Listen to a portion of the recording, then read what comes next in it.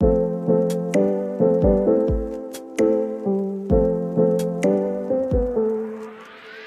and we are here with Joe Tache. What is up, man? How's it going, Nick? Appreciate you having me on. Of course, yeah. And if you don't know, I probably said it off the top of the show. Joe's running for senator as the Socialist candidate in this Massachusetts election, a big election in the thick of it. But I want people to get to know who you are and basically where you came from, how you ended up in Boston, and kind of what got you here, I guess, before we get into like the deep dive. Definitely. Well, I just turned 31 a couple weeks ago in July, so happy birthday! I've lived. Thank you. How old are you? I'm 32. I just turned 32 a couple weeks ago. We're the same age. Okay. Would you? Cool. So I think you can relate to a lot of the things that I'll share in my story of just basically growing up in the United States in a constant time of crisis. You know, like one of the first things I really viscerally remember is my dad picking me up from school on 9/11.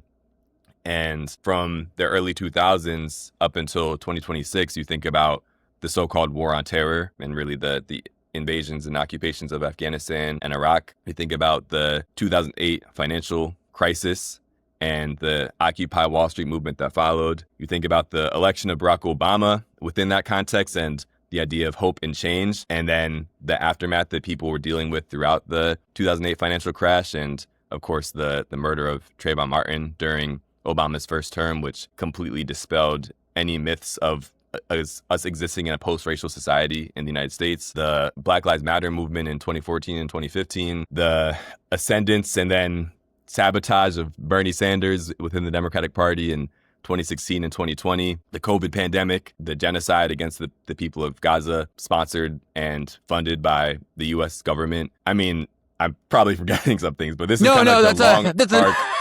Yeah, that's a rough couple of 20 years. Yeah, it's rough. Yeah.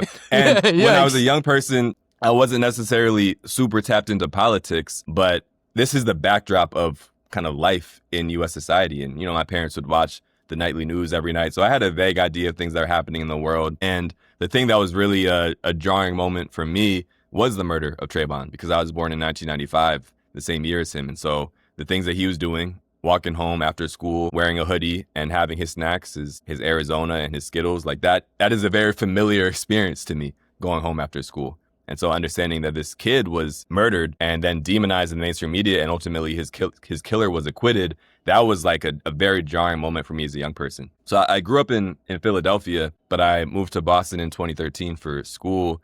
And that was the context that I was kind of grappling with my future in and trying to understand how I could make an impact, a positive impact on the world.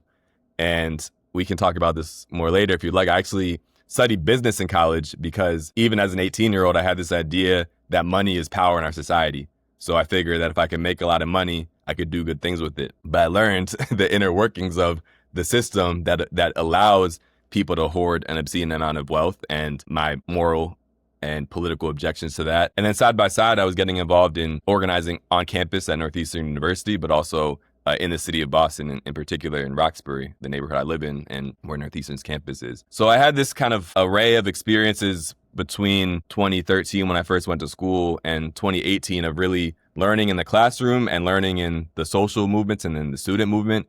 And these things were kind of on a parallel track, but they're overall shaping my worldview, which is to understand that so many, really the biggest fundamental problems that we're facing in our society today derive from the fact that billionaires control the economic system for the sake of maximizing their profits. They also control the political system to create a political status quo that facilitates their profit making. And they prioritize those profits over people's basic needs and even over the sustainability of our own planet. And once I start to understand that in a systemic way, that led me to be interested in alternatives. And I studied the history of the liberation movements across the world. I studied the civil rights movement. I learned what all these people I admired had to say about both capitalism and socialism. And I decided, maybe socialism is something for me to check out. And I got involved with my party, the Party for Socialism and Liberation in 2018 as a community organizer and activist. And that journey over the last 8 years has taken me to the point now of running for U.S. Senate. Dude, it's a hell of a story. And it's also very relatable, I think. You're right. For people in our age bracket and younger. Yeah, it's funny. After the 2024 election, there was a lot of to-do about, why are Gen Z either going far right or far left and what's going on? And I'm like, dude, have you seen their entire life? Like, it's nuts. It's not surprising to me that they're clinging on to far anything, because when things are going bad, you want change. And if you're not, like, depending on the level where you're from and how informed you are, you're just going to gravitate towards what people are steering you towards a lot of the time. So, yeah, I think a lot of people don't appreciate that the last 10 years has been basically Trump, COVID, Trump, and then all the things you were illuminating beforehand. So, yeah, no, totally. It does shape every conversation, I think. I think it's hard to ignore. So, yeah, I wanted to talk a little bit about the PSL and the Party for Socialism and Liberation, because, to be completely honest, like, a lot of the socialism chatter, especially the last year or so, has been around the DSA, the Democratic Socialists, and they're different. And I kind of wanted to not just hear about what made you more drawn to the PSL over the DSA, and then kind of, how you kind of think about that stuff, and let the listeners understand kind of those differences and why you ended up going one way versus the other. Yeah, it's a great question. And I'll say that I think the success and growth of the DSA is a great sign for our society as a whole, and for people's desire to see that type of change that you're talking about. So when I talk about what draws me to the PSL, I really just want to emphasize what drew me to the PSL and our particular vision for change. And fundamentally, it revolves around two questions, which is, what type of change do we need to make in society? Basically, can capitalism be saved from itself? And secondly, how do we get there? And can the Democratic Party be a vehicle for that type of change? So on the first question, I believe fundamentally that the problems that we're facing in our society right now cannot be addressed until we take political power out of the hands of the billionaire class and put it in the hands of regular everyday people. And fundamentally, to me, that means abolishing the capitalist system. Because any issue that you look on, I think, let's talk about climate change, for example, literally the future of humanity depends on our ability to decrease carbon emissions, to reduce waste, to transition to sustainable energy. And we've known this for decades now. And yet we're no closer to making those changes today than we were when I was a child, because the short-term profits of this billionaire class, particularly in the fossil fuel industry, but really overall as a class, is being prioritized over our needs. And it's because of the logic of capitalism. It's not just because the oil and gas CEOs and owners are bad people. If you're in a capitalist industry and you're competing against all the other companies in that industry, then you're trying to outrace them to find a competitive advantage, to make more profit. Because if you make less profit, then you're actually likely going to be put out of business or bought up by another company. And you can see this in every industry, every major industry across the board, that the number of companies has shrunk over time because capitalism has this tendency towards monopolization, where the biggest fish eat all the rest of the fish. And if those companies are continuously trying to maximize their profits in a world that has finite resources, that is ultimately a death sentence for our planet. And so, yes, we may be able to put tweaks around the edges, like we had the Environmental Protection Agency, regulations that were put on corporations. But these companies, they don't give up their desire of rolling back those regulations, because those regulations are a barrier to their profit.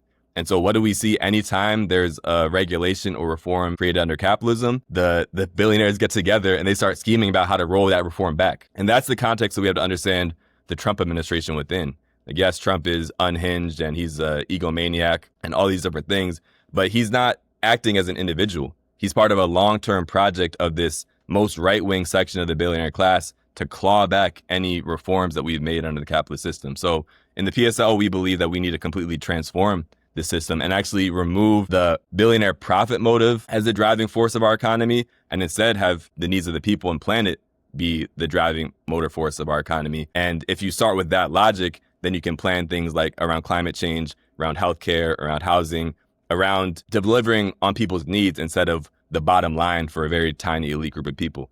And then secondly is if the Democratic Party can be the vehicle to make that happen. And personally, I think that there are a lot of very well-meaning and good people who are running as politicians within the Democratic Party, but the institution itself is fundamentally tied to this capitalist system. It's a capitalist party. And I think you could look at any example of like healthcare, for example. Right now, healthcare is completely under attack in the United States. Yeah. I was on a picket line yesterday with the nurses at Boston Medical Center. They're the lowest paid healthcare workers in the whole city of Boston.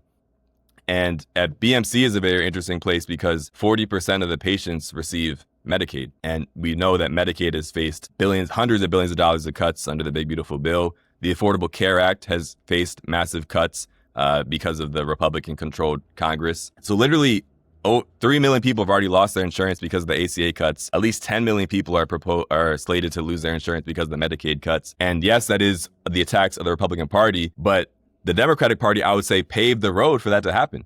Because when Obama was elected in 2009 and the Democrats had complete control of both houses of Congress and the White House, they could have done anything they wanted. And instead of creating a healthcare system in which people's needs were the priority, a universal healthcare system, they created the Affordable Care Act, which was, yes, a step forward from tens of millions of more people not having health insurance, but it still maintained the bottom line logic of healthcare in the United States, which is that health insurance and pharmaceuticals had to be an industry where billionaires had to make a profit. And so the Affordable Care Act is this massive transfer of our tax dollars towards these insurance companies who actually play no role in providing healthcare. All they are is a middleman and actually an obstacle to people receiving their health insurance. But why didn't they do universal healthcare? Because they are accountable to the billionaire interests who want to keep making a profit off of our needs to be healthy. And to me, it tells me something fundamental about the Democratic Party as an institution, which is even though it has many progressive working class voters, even though there are many people who are progressives who are running within the Democratic Party, it is an institution that is controlled by rich elites who do the bidding of even richer elites who ultimately write their checks.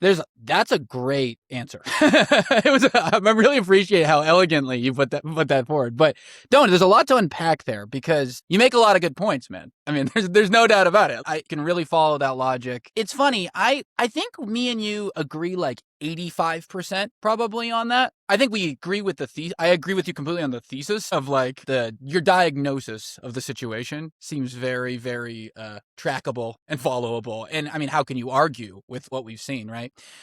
I do think it's interesting. I guess two thoughts. One is, especially with the Obamacare, right? Like, I mean, how can you argue like that there hasn't been enough guts kind of in place, right? To like really go that forward. And then you ask why, and then well, money, right? And then it kind of shows that argument to your point. It's interesting.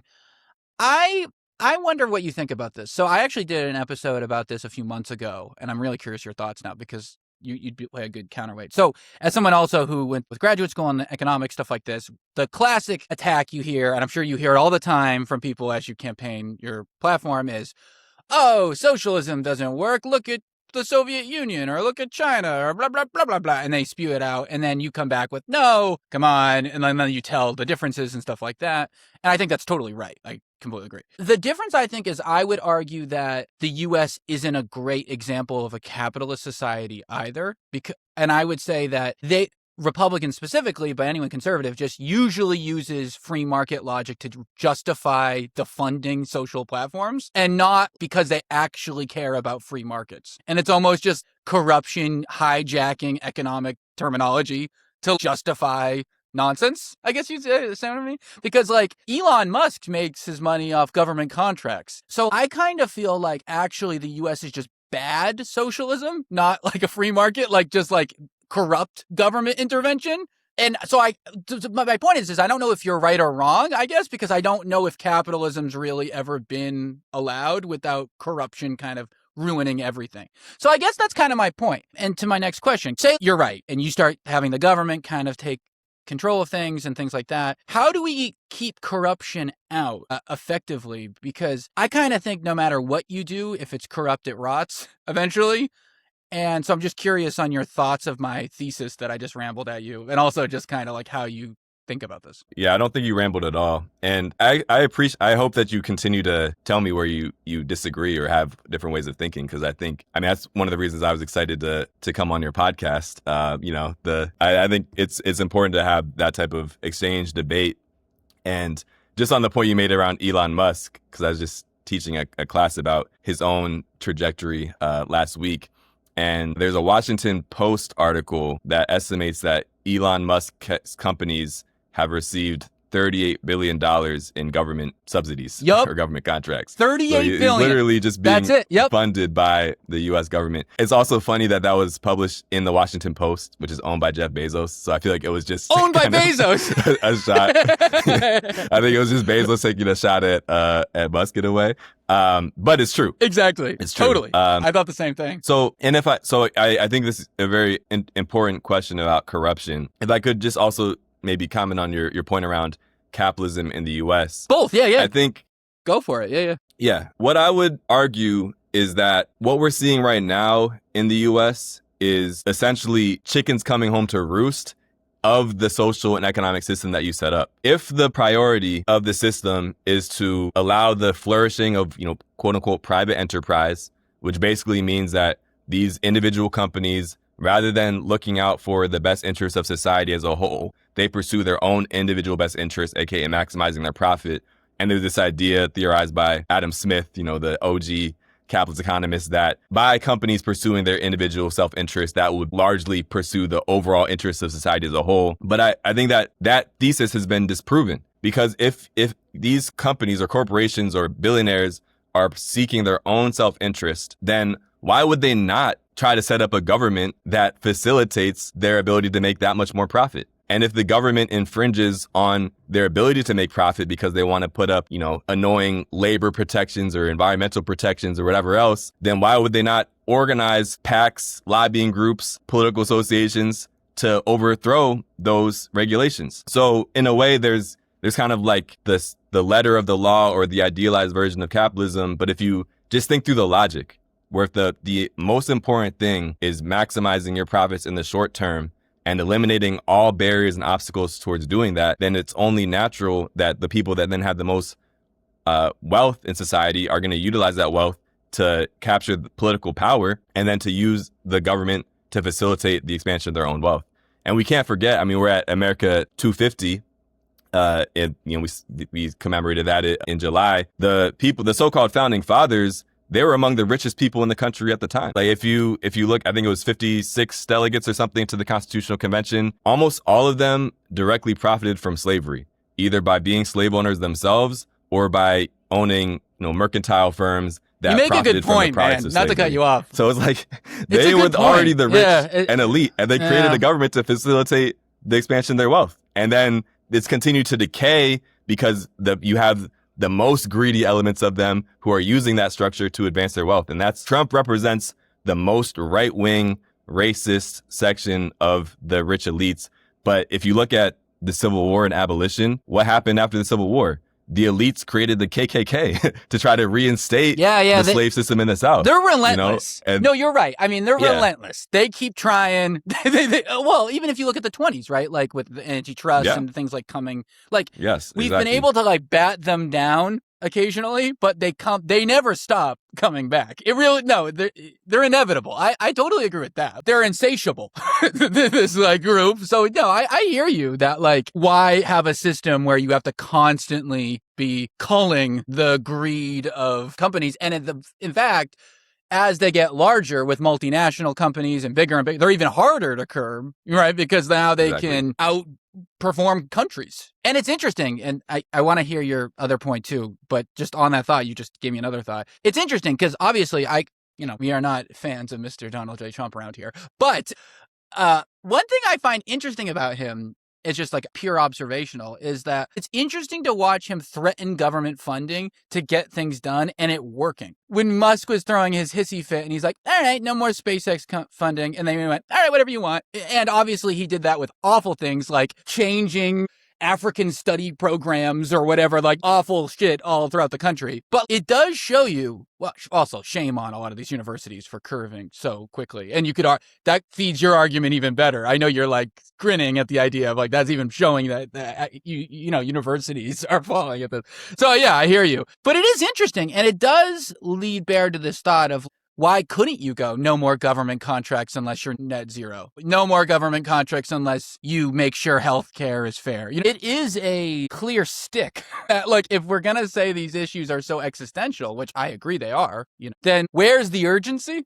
I guess. So I hear your point where you're like, this is the urgency. This is why I'm doing this, I'm guessing. Is that what you would say, right? Yeah, 100%. You can do those things. Donald Trump has shown the immense abilities that the U.S. government actually has to move very quickly to establish its priorities. And so then, to me, the thing is not why haven't the Democrats moved on their priorities? The question actually, or the answer to me actually becomes, the Democrats have shown us what their priorities are, and they have to manage a very complicated coalition. The Democrats have to manage a very complicated coalition because they represent the labor movement. They're generally supposed to be the party of the working class, the party of racial justice, the party of LGBTQ people, the party of women's rights. And so they have to pay lip service to all these issues, but who are they fundamentally accountable to? It's the same dark money that the Republicans are. Kamala Harris got more dark money in 2024, aka billionaire money, than Donald Trump did. And that's not to, by any means, support or say anything good about Donald Trump. I'm his biggest hater. But I think we had to be clear that the Democratic Party has actually shown us time and time again who they are. And if I could then speak on the corruption question, because I like to talk about the ideas of what our society could look like. That's the vision that we're proposing in this movement. And actually please go we ahead. Can achieve these things very, very quickly.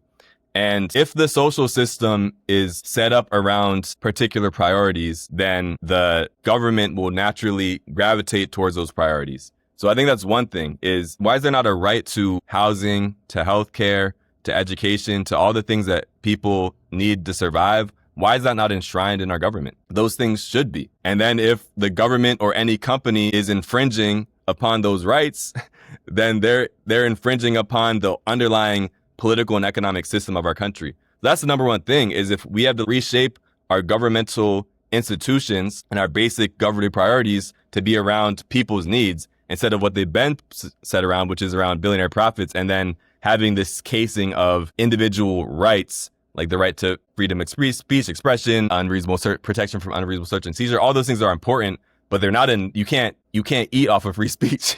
We also need to provide that doesn't people feed your house. I think that's one thing. And then secondly is what is the culture that we create? And again, the capitalist system invariably creates an individualistic dog-eat-dog culture. Like, the idea is that we have to compete against each other to get our own. And so it actually, to me, is a breeding ground of corruption for that reason. And it's not to say that, there's no social system is just going to be perfect, because social systems had to be organized by humans, and humans are imperfect. So we have to understand that. But I do think that if there's a real effort to invest in public education, in a revolution of values, if you will. Like right now, if you turn on the TV, you get inundated with commercials about pharmaceuticals. You get inundated with whatever TV show or movie, big budget movies being produced, and ICE commercials, defend the homeland. Like, that's what you see in like public life. But we should actually be cultivating a public life from public art to our media, to our youth programming, etc., that emphasizes the collective, right? That no one person can survive alone. We all have to be part of a community. We all have been raised by parents or by, important adults in our life. We all work collectively to make things happen. And I think cultivating that type of educational program and cultural program is another important thing to kind of stem this idea of individualized pursuit. Like, there's kind of an intangible aspect of corruption. Like, what are the values that people have? And I think doing widespread education, I see that as, and kind of cultural shaping, I see that as something that's as important as the kind of concrete, kind of legal and economic systems that are created. So it's not I think there's a lot that can be said on that, but I think that the actual legal and economic structures that are set up to safeguard against corruption by setting the priorities of our society, and then also how we actually teach and educate each other and create a collective sense of responsibility to each other, which is counterposed or kind of the opposite 180 of what our current culture teaches us. Yeah, it's a great point. And on that note, I mean, some countries literally have happiness enshrined in their constitutions or like their governing text. And I think that should be a part of the story too. Like, because we have the pursuit of happiness, but like, what does that mean? Really, like, explaining that? But I think it's not a bad idea. You have the right to pursue happiness and fail. Yeah, exactly. You have a right to be Actually miserable. You're miserable. And well, it's funny. A lot of what you're saying is, and sometimes I talk, probably like the best case for libertarianism, which I don't agree with, but I think it's probably the best argument I've heard was if we have a big government, it'll ultimately become corrupted by money anyway, and it will just ruin, and like a really big corrupt government is worse than a really small corrupt government. So you might as well just have a tiny one and let it kind of burn to the left. And I'm like, Look, it's not like I don't think that's right, but that's actually like not a terrible argument. So it's interesting because to your point, twofold. One, I think I totally understand where you're coming from, but I also do think that, the obviously the pro argument is what about innovation? What about that competition brings and yada, yada, yada. But I do think at the minimum, we can be more careful with what we pick and what we don't pick. Like the fact that utilities are on the stock market and they have a fiduciary responsibility to make profit off your freaking electric bills. I mean, come on, like what are we talking about here? You know what I mean? We're not talking about shampoo. We're talking about like things we literally need to use every day. And oftentimes these are the biggest companies that exist, are these ones that have cornered, quality of life industries. So everybody I don't needs think them. that's There's always a market. Yep, healthcare, like you said, energy, all this stuff. So it's a good point. And so I wanted to ask Can I say something? about. Sorry, on the innovation point. Yeah. I know I don't want to hijack your interview, but I think we're talking. We're talking. Yeah. Cool. Yeah, because I don't care what you. Yeah. Like there's this idea of innovation that it's just capitalist competition that is driving innovation.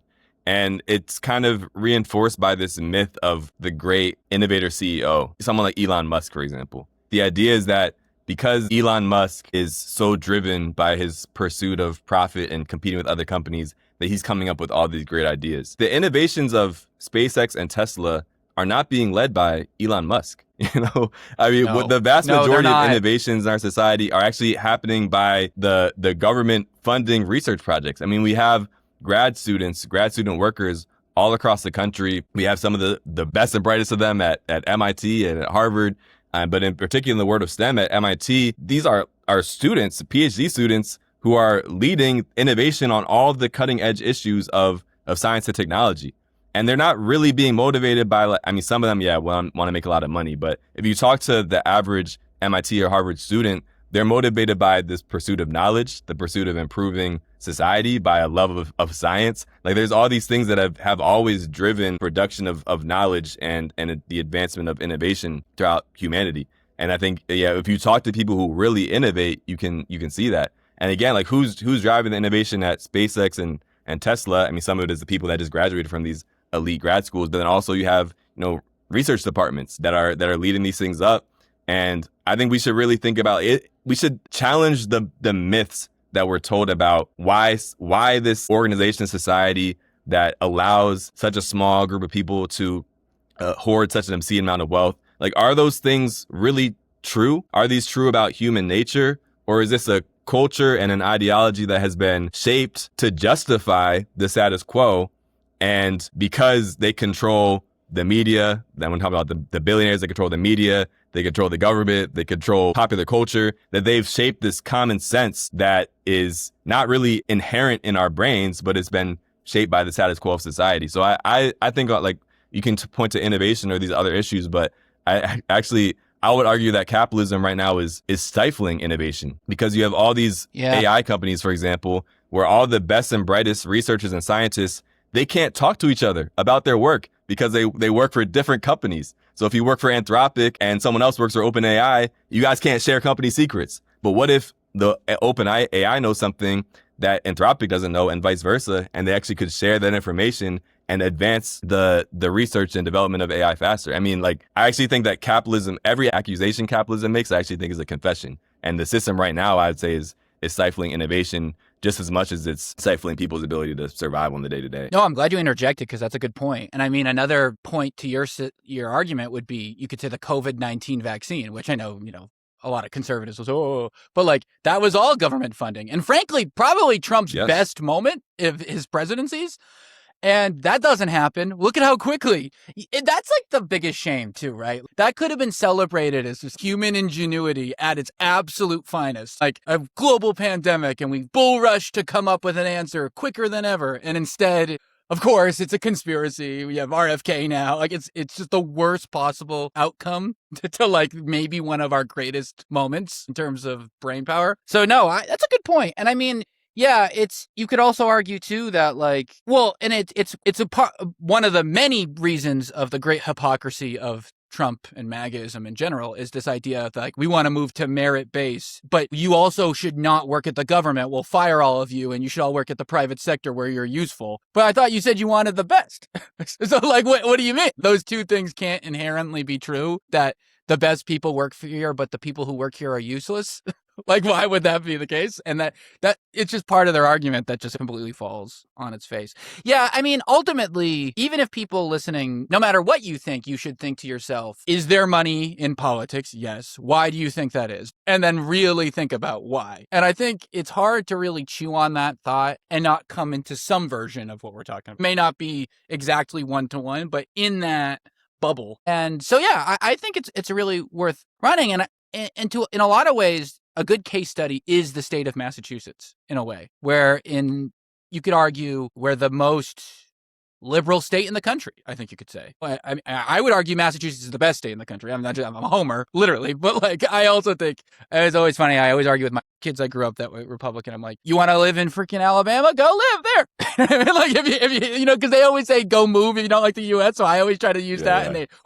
And I'm like, oh, you don't like it so much. When you get it back at you, it's just like joking around. But like, I do think while Massachusetts is good, it's not perfect, and I have a lot of complaints. And I think that tails nicely to this Senate race, right, of Markey, Moulton, and Deaton, I guess. But what do you think about these guys? I'm curious. What is your thoughts on not just who they are, because I know that's less interesting, but what they've been doing, where we're going, and, kind of where you fit in amongst the playing field, I guess. Yes, it's a great question. And I want to talk about Massachusetts a little bit too, but I'll start with the field. I would say broadly, I mean, there's risk whenever you do any types of generalizations, but I'm going to we're talking broad strokes here. Yeah. Don't hold the guy accountable here. Right.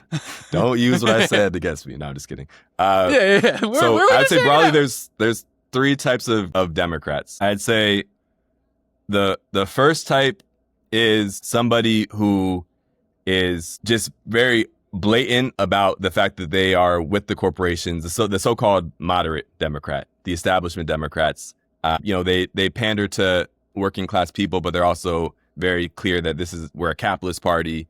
I'm taking money from the pharmaceutical interests. I'm taking money. I'm with Israel all the way. The people that are really like the status quo protectors and defenders. You think of, a Chuck Schumer, Hakeem Jeffries, the people that are really Haley Stevens, Jeffries, these type of folks. For sure. The driver's seat of the Democratic Party. I'd say don't the make second me sad. type of Democrat. I can't believe they're the driving seat. You're right. It just like, how the hell did we end up here? Anyway, sorry. It's every time I hear that, I'm you're like, good. How did this happen? Dude, like, how did this happen? Like, come on. After 8 years, like, we're just like, nah. Let's double down on these guys. Like this crop of guys. Anyway, no, you're right. Again, totally. Anyway, continue. Not a surprise. You'd say it's not a coincidence. That's what you would say. Exactly. What do you think? Yeah, exactly. How did we end up here? But anyway, I don't want to go on. You'd be like, I wonder why. You freaking hit it. Yeah, I hear you. So the second type of Democrat, I would say, is somebody who basically determines what to say based on where the poll numbers are at.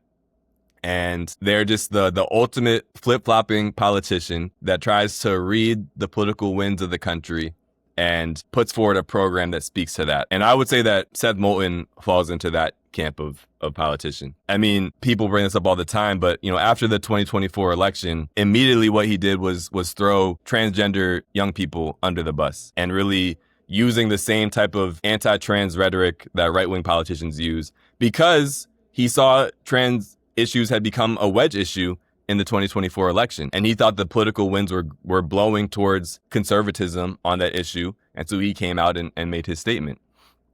And he's also somebody, he's been in Congress for a long time.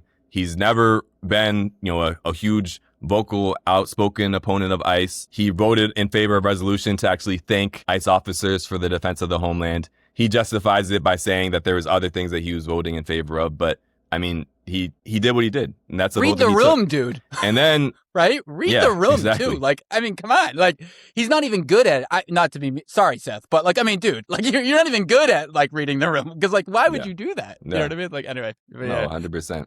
Something very interesting happened in January when obviously ICE was terrorizing the people of Minnesota, terrorizing in particular the Somali and the Hmong community there, but also terrorizing anybody who stood up in defense of immigrants. Obviously, murdering Renee Nicole Good and Alex Preddy.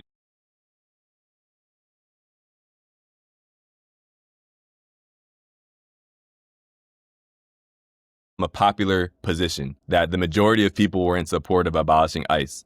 And that same week, Seth Moulton comes out and starts talking about abolish ICE and prosecute ICE officers. Dude. I mean, the guy, like I don't know what he believes or what he stands on, because ultimately he's someone who's just trying to put forward a program that he thinks will get him elected. But ultimately, he takes money from these corporate interests.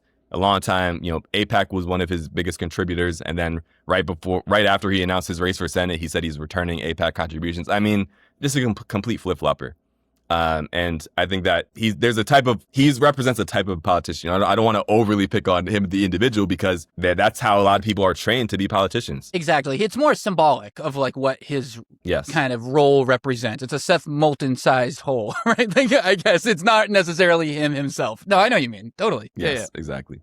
But I stand by everything I said about him. But just to be clear, it's not the problem is not Seth Moulton, the individual. Okay, so those are the first two. And then I say the third type is in a way actually the most dangerous type. And these are the progressives of the party who would say a lot of things that obviously I agree with, that I think that you would agree with. But I think that they actually play a role in keeping people's hopes alive in a dead-end option. And I think that is the bucket that Senator Ed Markey fits into. There's very few politicians that personify the status quo more than Senator Markey. I mean, he just turned 80 years old. We have birthday in the same month, July. So he just turned 80 years old. He's been in Congress since 1976, for half a century. And if you look at the overall trajectory of life for working people in this country, it was increasing after World War II for a couple of decades. And basically, since the beginning of Ed Markey's political career, maybe a little bit earlier, it's been a long-term decline for the standards of life of working people. And that crisis has only gotten exacerbated more and more in the last, I'd say, 6 years, really, with the COVID pandemic, the inflation crisis, etc. But it's been a long-term decline. And we're in a generation where people are not expected to do better than their parents. And that blame can't be put at the foot of any one person. But Senator Markey has been in Congress for 50 years. And I think 50 years is a long enough time to prove whether or not your theory of change works. So if you are a Democratic Party stalwart for half a century and you run on things like the Green New Deal, you support Medicare for all, the Transgender Bill of Rights, he supports raising the federal minimum wage. Obviously, we have a higher state minimum wage here in Massachusetts, but still, he supports raising the federal minimum wage. And the federal minimum wage buys you less in 2026 than it bought you in 1976 when Ed Markey was first elected. Literally, though. I think 50 years is a long enough time to show whether or not you actually can deliver on making a change for working people. And again, the blame doesn't just lie at the feet of Ed Markey. The blame lies at the system and the two parties that have kept us in this seesaw between one evil and a supposedly lesser evil, but at the end of the day, still two evils that are not delivering on people's needs. So I think that's why I'm very excited to bring our message in this race, because in a lot of ways, you mentioned Massachusetts in a lot of ways is the best that capitalism has to offer, but it's not good enough. And I'd say that in a lot of ways, Ed Markey is among the best that the Democratic Party has to offer, but clearly it's not good enough if his entire political career coincides perfectly with the decline of quality of life for people in Massachusetts. And we want to put forward a message about why that is, because of capitalism and the two-party system, and the importance of building a movement that is independent of the billionaire class that is causing the problems. Yeah, so it's an interesting point, and I guess it kind of boils down to, in terms of Markey, that is, Senator Markey, who I've had the pleasure to meet a few times. Very funny guy, which I think he's been able, to pass the 80-year-old test more than a lot of them because he's so, Boston-y and just his personality-wise. But no, I hear your point, and I think what you're basically saying boils down to, 50 years is a long time. What are you doing here? You may have the right views, but it's not just about thinking the right things. It's about implementing the right things. And if you haven't implemented the things that you're saying in 50 years, who's to say the next 6 will be better, I guess, which is a fair point, I think. I think that's I think an argument you could literally make almost for any one of these lifelong folks, period. You could argue that for Bernie, frankly, who I really like, but you could say the same thing, I think, which is interesting. I agree. And it's interesting to think about term limits and all that stuff and third parties and things like that, because I think one thing too that people don't appreciate enough about our party systems was that, of course, 2 parties is not enough. I agree with you completely. But it used to almost effectively be 4 parties, because there'd be like the Northern Republican and then the Southern Democrat, and they would kind of act as like a quad base that would kind of lead things even more muddied in the middle, which maybe you'd say is bad, but like it effectively kind of was like that. But we've obviously seen that get stamped out over the last 8 years, frankly. Like I've pretty much, I mean, frankly, Joe Manchin was a big reason why we couldn't get any climate policy passed like the way that we wanted, and he was kind of that side. So yeah, it does kind of seem like this is inevitable. This kind of all in unison thing was one way or the other. But okay, last question, because I know you got to get out of here soon.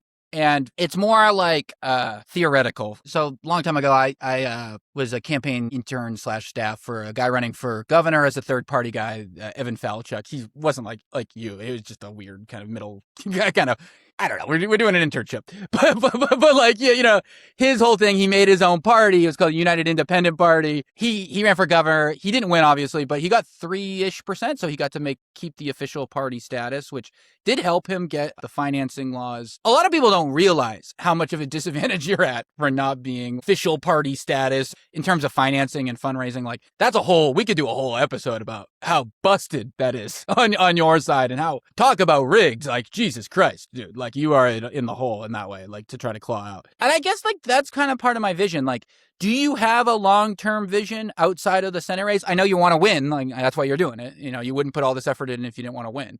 But is it part of a larger plan for you and, like, the community you're organizing with? Talk to us about that, because I do think no matter what happens, we want to be keeping in touch with what's going on and what you're up to and what your crew's up to, too, because I think that's a part of the larger story. It's bigger than the election, I guess I'm trying to say.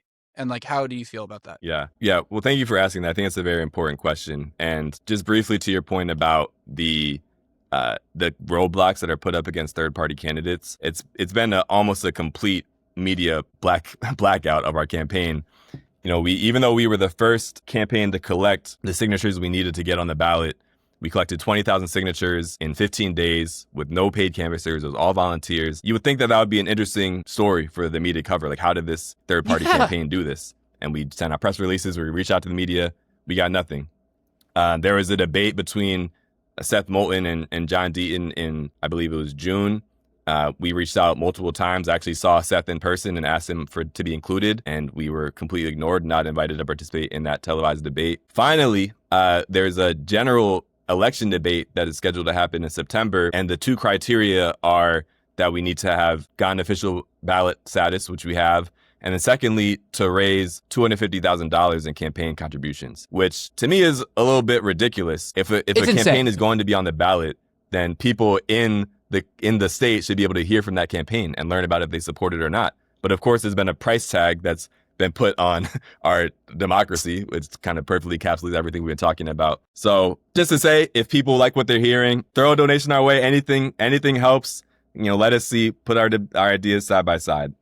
But to your question about the larger vision, and I think this also connects to my critique of Markey, because it's not only about what he hasn't done. It's actually like an incorrect theory of how change happens. So I want to ask you real quick.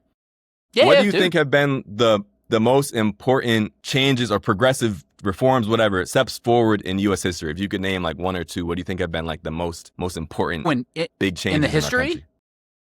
In the history, well, the Civil Rights Act, probably partly, the New Deal, and all of that around there. Charles Sumner, right? Abolitionist stuff. I'm over. Probably, the 70s, protest against Vietnam. like in general, just like getting people against war. Really? Okay, good. Yeah, you set me up perfectly. This isn't rehearsed. No, it's great. Yeah. I love Charles Sumner, by the way. If people don't know, abolitionist senator from Massachusetts, and he was part of a third party. He was part of a break in the two-party system of his day because the two-party system was failing to deliver on the most important question of the day, which was slavery. And I think we're at a similar time where capitalism is destroying people's lives and the two-party system is failing to put forward solutions. And I actually think that we have the opportunity to break apart that two-party system and have some political realignment. But you mentioned, okay, the Civil Rights Act, you mentioned the New Deal, and you mentioned Charles Sumner and, you know, the... You could probably add to that like list to like Teddy Roosevelt antitrust kind of trust busting kind of movement. And he, by the way, third party fan himself, right? Made his own party after that. So it seems like people like this get grumpy and then leave the parties that they're a part of. So yeah. Anyway, I'm sorry I cut you off, but yeah. Yeah, no, you're good. I appreciate that. Well, just on those first three that you mentioned, there's one way to understand the history, which is Congress passed the Civil Rights Act in 1964 and the Voting Rights Act in 1965, and Lyndon Johnson signed it. Or Congress passed the New Deal and FDR signed it. Or Congress passed the 13th, 14th, and 15th Amendment, and they were ratified by all the different states across the country, which is all technically true. But there's a whole world of social context behind each of those things that led to them happening. And it wasn't that there was one great senator or even 51 great senators or 60 great senators to beat the filibuster who said, let's come together and abolish slavery or create the New Deal or end Jim Crow. There was powerful social movements that actually made the status quo untenable. And, you know, I don't necessarily have time to get into all of them, but if you think, for example, of the Civil Rights Act, I mean, 1955 was a Montgomery bus boycott, 1955. And that set off a decade of really prolonged struggle in the South and all across the country. You had the sit-ins in 1960 and the freedom rides and the march from Montgomery to Selma. You had urban uprisings in 1964. I mean, you had like a 10 decades of regular everyday people taking collective action to change society. And that's ultimately what ended Jim Crow.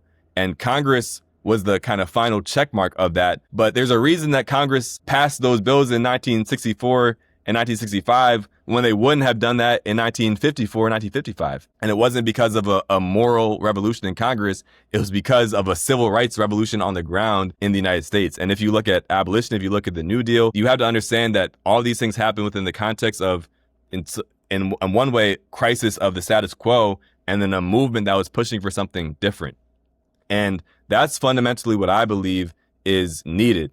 And we've been taught in our generation that change happens through just electing the right person to office. And yes, I want to be elected because, like Charles Sumner, hopefully I can bring forward a program that inspires more people to join the movement, just as he inspired more people to join the abolitionist movement. But ultimately, the long-term goal is to build a movement that is independent of the two-party system. We're building our own party in the PSL. We're building a movement that is fighting for the working class, understanding that capitalism is increasingly in crisis and there are more and more people who are open to new ideas. Like Massachusetts has the highest percentage of people who are registered as independents in the country, but people vote for Democrats because they feel that's the only option, because we're not going to vote for Republican because we're not right wing. But what is the alternative? And we need to build that alternative. And, you know, it's easy to take the path of least resistance. And that ultimately is what the Democratic Party is, because there's all these things that are set up in our political system to protect the status quo and to make people feel like the only option is to go with the Democratic Party. But I think of this analogy, I'll end with this, around like if you're trying to climb a mountain that has a beautiful view, and on one path, it's very neatly paved. It has signs that tell you where to go. There's maybe like a water station on the side. Clearly the path has been prepared, but at the end of it, it's just a cliff that leads you it's a dead end that's going to lead you to fall off the cliff if you go down that road. That to me is what the Democratic Party represents, is an easy path with a dead end that is going to take us to a common ruin. And the other side, you maybe have a path that isn't paved. It's rocky. Maybe there's some boulders falling down on top of you. It's a steep hike. But at the end, there actually is this beautiful view that you can see. And I think of that view as a society in which everybody has their needs met and where we have a right to happiness, as you said, and a right to all the things that we need to survive. Yeah. And yes, it's a very difficult path to get there.